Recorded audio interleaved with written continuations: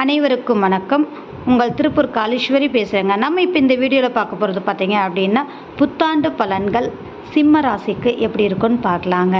இந்த வருடம் சிம்ம ராசிக்கு பார்த்தீங்க அப்படின்னா சிங்கம் போல் இருக்கும் சிம்ம ராசி நேயர்களே, இந்த வருடம் அப்படிங்கும்போது உங்களுடைய ராசியில் ஏற்கனவே கேது பகவான் அமர்ந்துள்ளார்.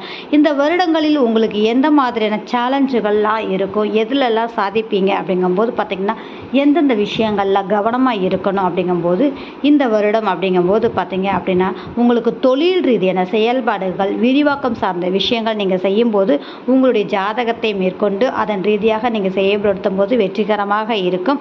அது மட்டுமல்லாமல் இதுவரை இருந்த குழப்ப நிலைகள் விலகி சாதகமான சூழ்நிலை ஏற்படுத்தக்கூடிய அமைப்பும் சந்திக்கக்கூடிய நபர்களால் ஆதாயமும் மேன்மையும் உருவாகக்கூடிய ஒரு சூழல் உண்டு.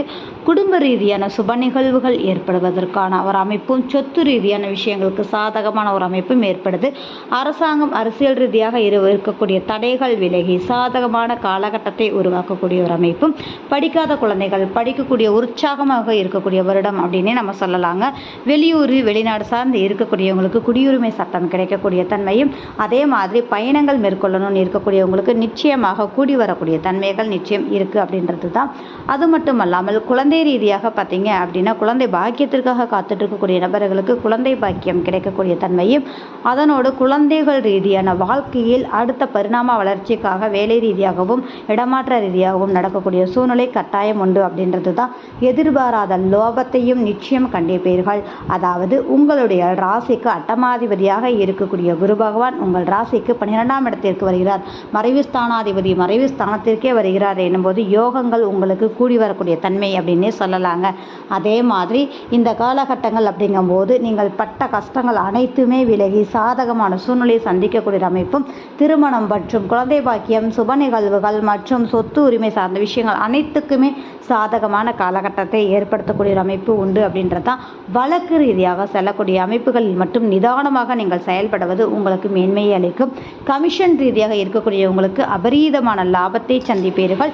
ஆனால் நீங்கள் ரொம்ப கவனமாக இருக்க வேண்டிய ஒரு விஷயம் உடல் ஆரோக்கியத்தில். நேரத்துக்கு சாப்பிடணும், நேரத்துக்கு தூங்கணும். தூக்கத்தை மட்டும் நீங்கள் கெடுக்காமல் இருப்பது உங்கள் உடல் ஆரோக்கியத்திற்கு நலனை ஏற்படுத்தக்கூடிய ஒரு அமைப்பாக ஏற்படுத்தும் அப்படின்ற ஒரு விஷயந்தாங்க.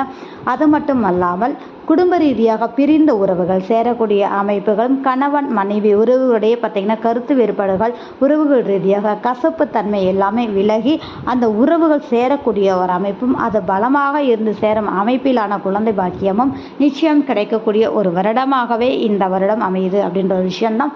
பங்காளி ரீதியாக பிரிந்தவர்கள் சேரக்கூடிய அமைப்பும் சொத்து ரீதியான பிரச்சனைகளுக்கு தீர்வு கிடைக்கக்கூடிய தன்மையும் இந்த வருடம் உங்களுக்கு சாதகமான ஒரு சூழ்நிலையை ஏற்படுத்தும் அப்படின்ற ஒரு விஷயங்க. ரெண்டாவது பார்த்தீங்கன்னா ஃபினான்சியல் ரீதியான விஷயங்கள் அப்படிங்கும்போது நல்ல ஒரு மாற்றத்தை சந்திக்கக்கூடிய ஒரு வருடமாகவே இருக்குது அப்படின்றதான். எப்போதும் உங்களுக்கு ஒரு இடத்திற்கு இடம் என்ற மாதிரியான ஒரு வேலை ரீதியாக இருக்கட்டும் இல்லை பணவரவு சார்ந்த விஷயங்களாக இருக்கட்டும் 2 வேலை செய்யக்கூடிய நபராகவே நீங்கள் இருப்பீர்கள். அப்படி இருக்கும்போது அந்த வருமான ரீதியான விஷயங்கள் உங்களுக்கு சாதகத்தையும் மேன்மையும் ஏற்படுத்தக்கூடிய ஒரு வருடமாகவே இருக்குது அப்படின்ற விஷயம்தான். ஆன்மீக ரீதியான செயல்பாடுகள் மேலோங்கி இருக்கும். கோவில் காரியங்களில் நீங்கள் ஈடுபடக்கூடிய தன்மைகள் கட்டாயம் உண்டு. இந்த பிடிவாத தன்மையை மட்டும் நீங்கள் விட்டு கொடுத்தால் நிச்சயமாக உங்கள் வெற்றியை யாராலும் தடுக்கவோ தடைப்படுத்தவோ முடியாது அப்படின்ற ஒரு விஷயத்தை மட்டும் நம்ம சொல்லிக்கலாங்க. ஏன் அப்படின்னா இந்த காலகட்டங்கள் அப்படிங்கும்போது நிச்சயமாக உங்களுக்கு இந்த வருடம் அப்படிங்கும்போது நிச்சயம் ஒரு நிலையான ஒரு அமைப்பை ஏற்படுத்தி பல நாள் விஷயங்கள் கூடி வந்து நல்ல ஒரு அச்சீவ் பண்ணக்கூடிய ஒரு வருடமாகவே மாற்றி அமைக்கக்கூடிய யோகத்தை சந்திப்பீர்கள் இந்த சிம்ம ராசி. அப்போது இந்த வருடம் உங்களுக்கு பொற்காலம் அப்படின்னும் சொல்லலாம். சௌபாக்கியத்தோடு பார்த்தீங்க அப்படின்னா தனவரவில் தடையில்லா ஒரு விஷயத்தை ஏற்படுத்தும். உடல் ஆரோக்கியத்தில் மட்டுமே கவனம் தேவை. மிக்க நன்றி.